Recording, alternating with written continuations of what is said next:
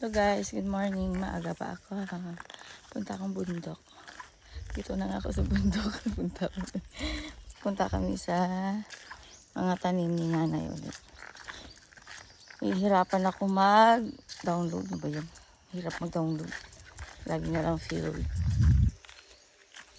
Oh, maganda di ba? Maganda dito guys, patag. Taniman ng nyug. Pero hindi to amin. Doon yung sa amin sa kabila. Doon side. Palayan. Palayan tsaka may bundok. Pwedeng, may mga tanim na pala, hindi pwede. Pwedeng taniman, yes. Taniman ng mga nyug.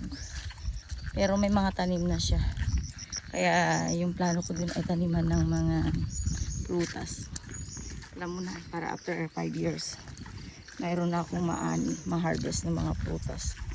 Mga lansunis. Sipag ko no, ganyan talaga ako. Lahat ginagawa ko para saan ako. Na someday umuwi man siya sa Pilipinas.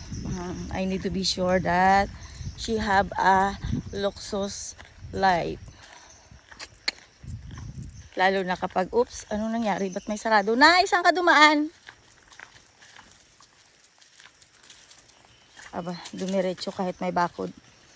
Sige na nga. Oops. O, diba? Nagtaka kayo. O, ayan. O. Sinarado. Para hindi makadaan yung kalabaw. Kaso lang si Kalabaw Rogelia dumaan. Kaya yun. Buti na lang wala dito ang may-ari. Pero siguro pwedeng dumaan. Kaya tao lang pwedeng dumaan. Hindi yung hayop. At kahinayop-hayupan. Sang hinayop na kalabaw. Yun. Dito yung tanim ng nanay ko. Maraming tanim ng nanay ko masipag. Maliban sa ako. Ay may tanim din ako doon malapit sa bahay namin. Pero dito, ayun nga tutulong lang ako magdilig. Kailangan naming diligan. Pag gusto mong umani, kailangan didilig ka. O ayan. Basang-basa sa tubig. Ayun. Ayun lang guys. Bye. Mamaya video ulit ako. At itry ko ulit na makapag-upload ng bagong video. Salamat nga pala sa mga 44 subscribers ko. Wow, ang taray. Nagli-level up ang aking YouTube channel guys. Thank you sa tulong nyo. Thank you sa view and likes. Bye!